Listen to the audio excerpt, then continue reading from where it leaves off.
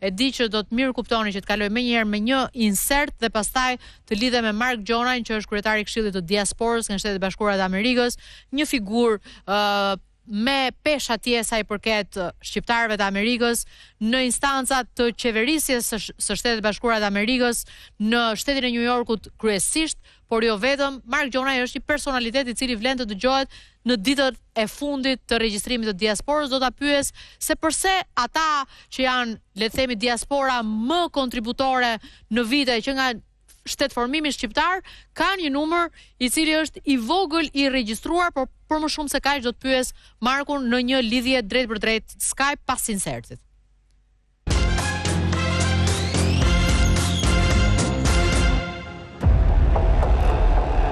Teksa zyrtarisht procesi i regjistrimit të diasporës përfundon këtë të martë, më 4 mars, në Tiranë po kërkohet zgjatja e afatit me 2-3 ditë për ata të cilët kanë pasur parregullsi në regjistrime dhe duhet të riaplikojnë. Data 9 mars është një datë te të cilës ne nuk shkojmë dot, sepse është një datë e përcaktuar nga ligji, nga kodi zgjedhor. Pra në datën 9 mars Komisioni Qendror i Zgjedhjeve ka detyrimin që të shpallë listën paraprake.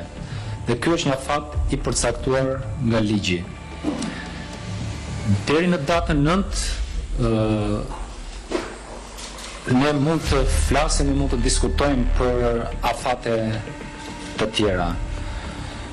Pra më duket thënë që pa një proces të amendimit ligjor, nuk mund të shkojmë tej datës 9. Teksa socialistët janë shprehur për këtij propozimi me argumentin se nuk cënon procesin, por garanton që askush të mos mbetet jashtë për arsye teknike, ndërsa për aplikimet e reja nuk lejohet tekalimi i afatit. Aktualisht të regjistruar janë 275.000, prej të cilëve 42.000 janë refuzuar për shkak të mangësive në plotësimin e të dhënave.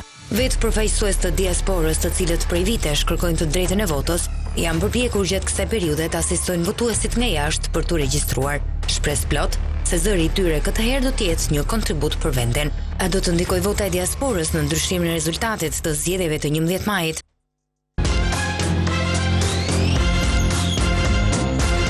Mirë, shpresoj e kam në lidhje Mark Gjonajn nga New Yorku, Shtetet e Bashkuara.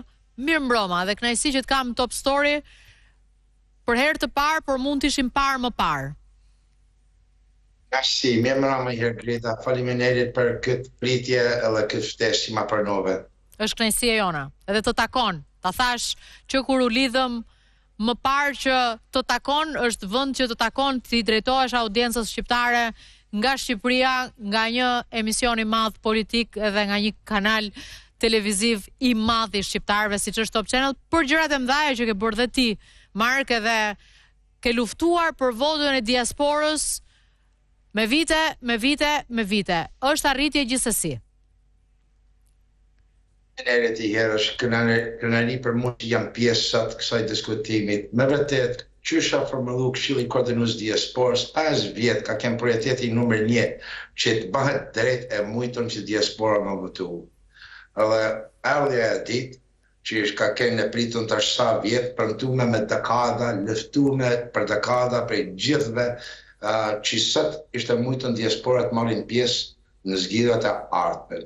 Ishte një ditë historik, një ditë i çuditshme, edhe besoj një ditë që ka mjenaru kretë politikën e Shqipërisë. Mark, unë mbaj mend, jemi takuar kur ti ke ardhur delegacion për votën e diasporës, dhe ke takuar krerët e partive, ti thoje edhe për një përfaqësi të diasporës me kandidatë të tyre. Keni sot një ofertë për partitë politike për kandidatët e diasporës, keni emra, apo deri në këto momente le të shkojë procesi i regjistrimit dhe kaq? Lufta jonë, interesa jonë ka qenë gjithmonë drejta e diasporës që të marrin pjesë në votimeve. Si chairman e Këshillit Koordinues Diasporës, kur nuk jenë interesu as ka nga politikës, as ka anda kandidatave. Unë nuk jam kandidat, unë nuk mund votoj, por unë kam luftu për drejtën atyre që ligji ka leju, konstituta ja ka dhënë drejt që të mund të marrin pjesë në votimeve. Ne nuk jem kandidat, as nuk jem i lënë mas një partia e parti tjetër, jem apolitical, që procesi është e vërtet, vazhdojnë numrat e votuesave të cilit do të njihet edhe të marrin pjesë në rezultatin e fundit. Sa janë shqiptarët në Shtetet e Bashkuara të Amerikës në dijenin tënde si statistik? Cili është numri? Ato mendojmë se janë më tepër se 1 milion shqiptarë në Amerikë. Por zoti i kemi shqiptarë që i vinë prej Shqipërisë, prej Kosovës, prej Malizit, prej Qëmrisë, janë prej zonave ndryshe, zoti ta dinë tamam se kush janë e çfarë janë. Por shqiptarë janë. Po, Mark, ndërkohë edhe sikur ta përgjysmojmë shifrën dhe themi nga 1.500.000 apo 300.000 apo 400.000 nga Shqipëria, shqiptarët e Shqipërisë siç i quani ju, ka vetëm 19.020 kërkesa për të regjistruar si votues në KQZ nga shqiptarët e Shtetet Bashkuara të Amerikës. Si e shpjegon këtë?